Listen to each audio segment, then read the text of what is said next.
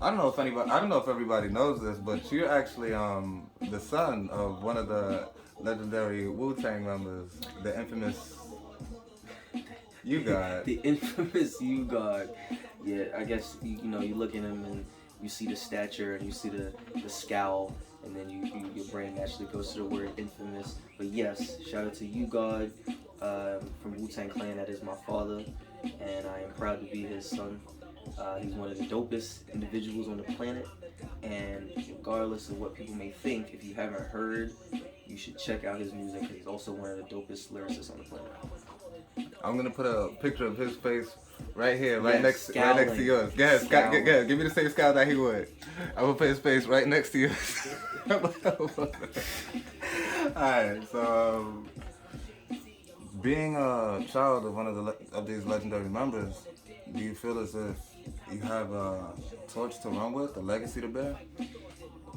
Sidebar, this is how I know that, you know, everything happens for a reason and that there's a universal alignment. Because as you asking me this question, right, we was in the background was playing iNTeLL, which is the son of Rakim. So like the fact that you asked me that question on that time and that he's just in the background, I thought that was bananas. But how does it feel to be one of the sons of the legendary Wu-Tang Clan? And do you feel you have a legacy to run with? It feels, let's start with it felt. It felt, once I realized what it was, very strange because I realized it at a time when the world and their relevance wasn't at its peak. So I'm realizing it, and then that's like, you know, if you wake up, someone wakes up today and they find out that Drake's their cousin, they're gonna be hyped. And you know, especially if they find out Drake's their cousin and they have access to him and they can talk to him, they're gonna be like, yo, like what the fuck, right? But imagine they find out Drake's their cousin when, you know, let's say 10 years from now, 5 years from now, and Drake is, or put it like this, right? Because Drake is still up there. Facts. But he's not at his peak anymore. You know what I'm saying? He's starting to reach that downturn. You know what I'm saying? Okay. And bro, I don't know about you, but they playing all these MVAs and all these Youngs and all these Lows way more than they playing Drake. You know what I mean? Drake's still getting spins, but Drake ain't getting spins like, you know what I mean? So he's on the But that's just my personal opinion. Anyway, if you find out Drake is your cousin now, it's still lit. But if you imagine you found out Drake was your cousin around Take Care. You know what I'm saying? Yeah. Like he was like, what? Or Views. Yeah. You know what I'm saying? So it's like, imagine me. He just got the beard. Right? So if I had that realization of who I was around Wu-Tang Forever, I could have, you know what I mean? The whole world would have been like, yo, you're related to that? You're lit. But I found it around the time where it was cooling off, so I wouldn't say nobody cares, but it wasn't at a point where when it was brought up, people was like, yo, you know what I mean? Everyone was like, okay, cool. You know? Like if I say, you tell somebody, yo, Dr. Dre is my second cousin twice removed right now, people are going to be like, cool. You say Dr. Dre is my cousin when Fuck the Police is on the radio? Yeah. It's a different, what? Nigga, can I come to your house with some Kool-Aid? You know what I'm saying? It's a whole, you know what I'm saying? It's a whole different story. But anyway, all that rambling. So when I found out they was at a different phase, then I realized. So I'm trying to utilize it in a way that I couldn't, and it was a shock to my system, and it created this thought where like, all right, well, I'm not special. It's not special. Go on with your life, right? And then I started getting into the music, and then I was like, all right, I'm not gonna utilize this as something that's special exteriorly. I'm gonna use this as something special on inside, and I utilized that to build the foundation of who I was gonna become as a hip hop artist. Then fast forward to certain moments, me doing music, then it comes into play where people find out who I am, find out who my family is, and then the specialness comes into play here and there. I've been to certain rooms where people are like, I don't give a fuck. Like they're actively upset that I'm in the room because of who my family is. Like, yo, fuck this nigga, right? Which is fine. Okay. That's one end of the spectrum. But then shout out to Shorty in Montreal, who was the first little piece of vagine I got because I was You God's son. She was like, what? Wu-Tang? Oh, that was fun. It was my first piece of international vagine, and my first piece of vagine that I got from being the son of a legend. And then once she heard me rap, that's when I got the brain too. But we ain't got to do all that, right? But then I'm navigating that space where sometimes it plays and sometimes it doesn't. So I just reserve myself to be like, you know what? I don't like that inconsistency, so I'm gonna just work towards getting my name to that point where people know me, and then they want to give me some regime because of me. Then they find out later on who I am, and then they want to do whatever else they want to do, or whatever praise they want to give me. You feel me? Yeah. And as far as my legacy, I'm gonna bridge the question now to that. My legacy is my children. So now everything I do is for them. Everything I'm building is for them primarily, so that they can be the best, fully functioning, fully grown, fully formed human beings and beings of light that they can be. Then after that, I won't really be satisfied until I get my name on a library on Mars. So like the Dante Lamont Hawkins Library on Mars. Like I'm trying to get in touch with Elon, you know what I mean? But it's a work in progress. So, philanthropy, intergalactic philanthropy.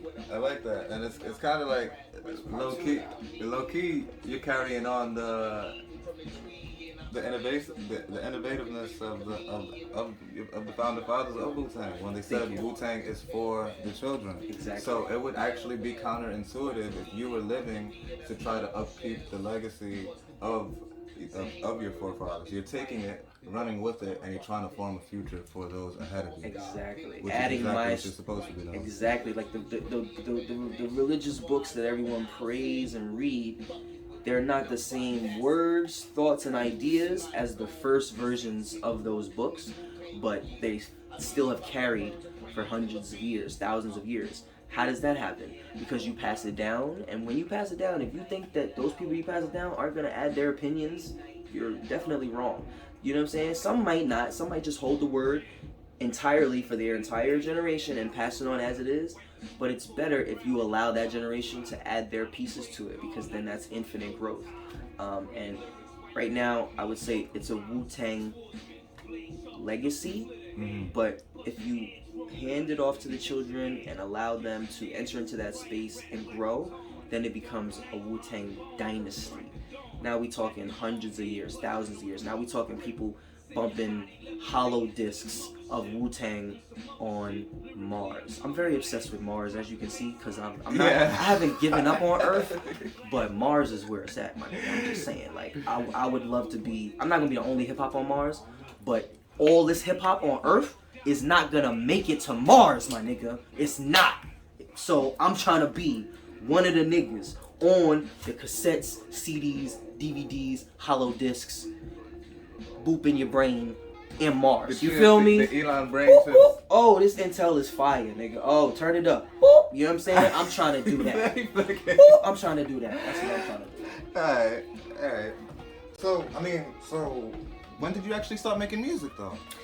I wrote my first poem when I was 13. It was about a girl I wanted. Her name was Giovanna. She was Puerto Rican. Went to junior high school with her. I had 72. She was beautiful, but I was just a friend because I was fat. So that's all that. I was in the friend zone, never left. But I didn't know what to do with those. You said because you were fat? I was fat. I was very fat. I was 250 pounds in junior high school. You're gonna have to give me a picture of that because I'm gonna put a fat picture of you right here. Perfect segue. You can point to the fat picture too. Everybody go on Apple Music or Spotify, search my song The Fat Kid, PHAT. The artwork is a picture of me from junior high school when I was fat, 250 pounds. The Fat Kid. Check it out right now. Y'all send you that artwork so you can put it right there. It's gonna be right here Mm-hmm. on your right side. I look like somebody's. I'm gonna put all your stuff right here on your right side. I look like somebody's lesbian aunt at a cookout, my nigga. I was huge, bro. But you know, everything happens for a reason. I am no longer that. Now I'm a gorgeous, fake ass Pharrell in the face ass Kobe Bryant. You do look like nigga. I take it. Them niggas get bitches and money. Yeah, so, you do look like a Pharrell. Shout out to Giovanna. She inspired me to write this poem to express myself because I ain't have no other way. And then I wrote my first song to a beat a few years later after I built and became best friends with my man's Drew Guns. Shout out to Drew Guns, because he was like, yo, these poems is dope, you should put them on music. And I think I wrote my first song to 50 Cent 21 Questions instrumental. because this is around the time LimeWire came out, so Yes. I was just downloading whatever instrumentals came. Facts. And I tried to fit that poem over that.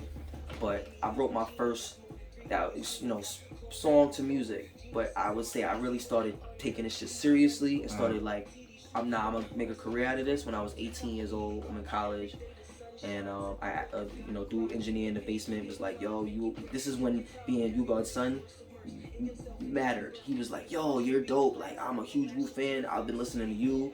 Let's work. You come to the studio anytime you want. I'm like, this is freshman year. I'm like, yo, so for 4 years, I got an engineer. That's crazy. God, all praise to the Most High, right? Mm-hmm. And we just cooked up. So all the tapes that I put out and stuff like that, freestyles, whatever I put out, shout out to Q Ivory. My man's Q Ivory, that was the engineer that held me down all throughout college. And even beyond. He actually produced a record on one of my albums called Get Busy, featuring Nitty Scott, and I love that record. I forgot my train of thought. That's cool. Let's keep on getting into the next question. You made a Pharrell comparison. Mm-hmm. So side note, we'll get back into music. You want to tell me about some of your choices in fashion? Because I've been seeing that you did, when as far as the painting your nails, like black and gold with the Wu-Tang symbol and everything. Yes. So which one you want me to address, the Pharrell thing or the nail thing first? The nail thing. All right. So I normally get manicures and pedicures just because I love myself. Like that's it, right? And this one time I was at a nail salon, right? And post-pandemic, you can't just walk in no more, you know what I mean? Like you gotta make an appointment. Yeah. And also they're not just trying to let you do regular shit. So I walked in and I was like, can I get a manicure? And the lady looked at me in my face and she said, gel, right? Yeah. Right, so I know what it is, I've never done it. And I'm like, yeah, right? So I'm sitting down. Like she was basically telling you. Yes, right? Like, if you want to be here, this is what you got to get, right? So I looked at the price. I was like, let me make sure I can afford the shit. And I was like, all right, cool. It's not that expensive. I sat down, and I'm like, trying to figure out, at what point do I tell her I don't want it? Right? Like, let her do the regular manicure, and then just be like, that's cool. How much? You know what I'm saying? And just walk out, right?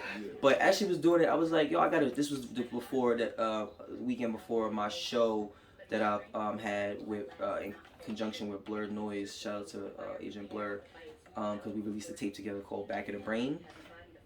So we had a release show for it, and it was the weekend before that. And I'm in the nail salon. I'm like, yo, I got like this certain type of vibe that I'm trying to unveil for this show. This certain type of aesthetic. So I said, let me dip into the gothic bag, right? And I said, yo, let's do all black, right? Plus I wanted to see, why girls go through this, like, because sometimes I see them complain about it, sometimes I see them chip them real quick, and I'm like, yo, you paying all this money, like, for what? Then I realized it as soon as it was done, I realized it. First of all, my fucking nails look amazing, my nigga, like, these shits are fucking gorgeous, right? Oh, you got them all right now? Yeah, well, the middle fingers is clear, and then the thumbs and the pinkies got designs and polish. You want to show it to the camera? I constantly am rolling up weed and crushing up weed with my fingers, ash, grabba. So when I look at my fingers, them shits be looking grimy, my nigga. When I look at my nails, them shits be looking grimy. And I don't like that. Like, I'm an artist. I like to look at pretty shit all the time. Why not my nails, right? Like, I look at them like temporary fingernail tattoos, right? Niggas want to get permanent tattoos because they want to jazz up their arms. They want to jazz up their legs and shit, right? Yeah. So I wanted to jazz up my fucking fingernails because I look at them a lot, especially as an engineer. I realize how much more I look at my hands when I be engineering. And so that was the answer to that. Also, I decided to do all black, and then I wanted to jazz it up even more. So I asked the lady, yo, can you do designs? She was like, oh, I don't know. And then I showed her, I happened to be wearing a Wu-Tang mask. I said, can you do this? She's like, oh, I don't know. So she was like, what color? I said, red. And then she did them, and them shits came out phenomenal. And then she didn't even charge me for them, so I gave her a big tip. Shout out to her.